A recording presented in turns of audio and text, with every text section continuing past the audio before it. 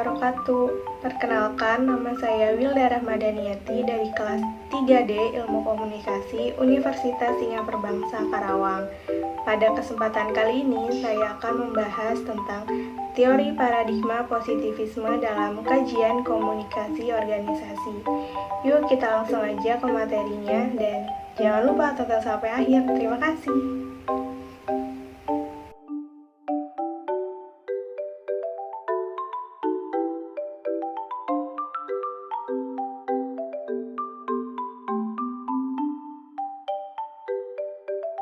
Dalam Jurnal Wahana, volume 1 nomor 10 tahun 2015 yang ditulis oleh Muslim, menurut Harmon, dalam Moleong tahun 2004 halaman 49, paradigma adalah cara mendasar untuk melakukan persepsi, berpikir, menilai, dan melakukan yang berkaitan dengan sesuatu secara khusus tentang realitas.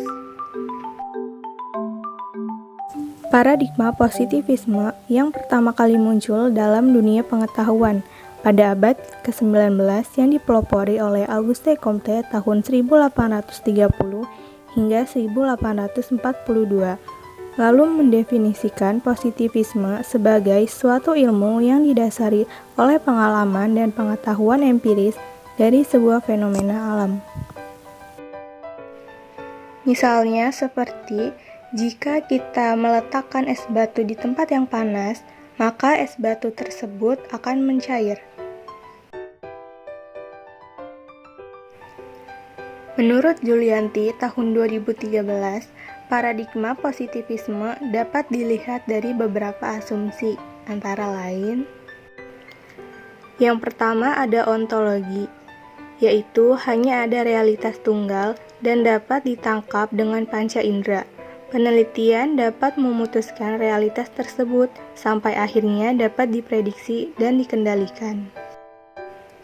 Yang kedua, ada epistemologi, yaitu hubungan peneliti dan yang diteliti merupakan dualisme yang terpisah bebas, diusahakan agar tidak saling mempengaruhi. Yang ketiga ada aksiologi, yaitu bebas nilai dan dapat dijamin sedemikian rupa dengan hasil yang objektif, karena kekuatan dari metodologi objektif yang digunakannya. Dan yang keempat ada kausalitas linear, yaitu bahwa tidak ada akibat tanpa sebab dan tidak ada sebab tanpa akibat.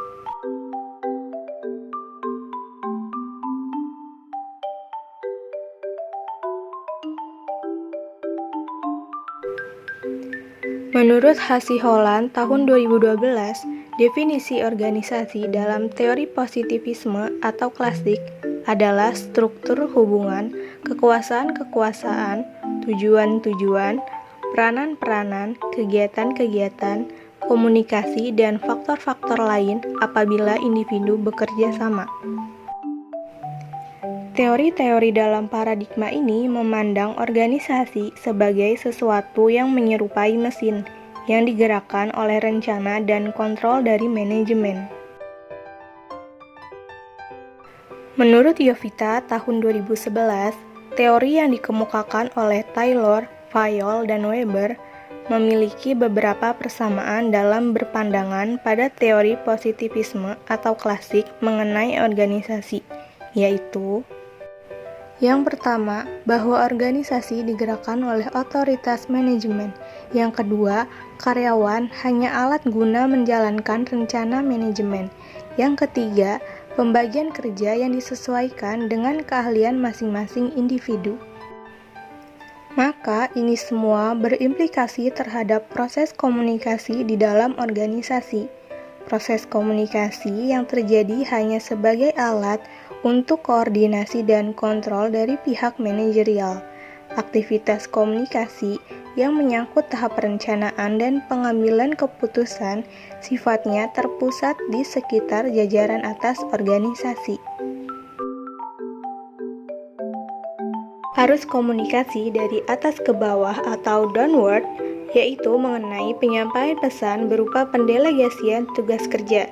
Sementara itu, arus komunikasi dari bawah ke atas atau upward, yaitu mengenai pelaporan hasil ataupun permasalahan dalam pekerjaan dari karyawan ke atasan.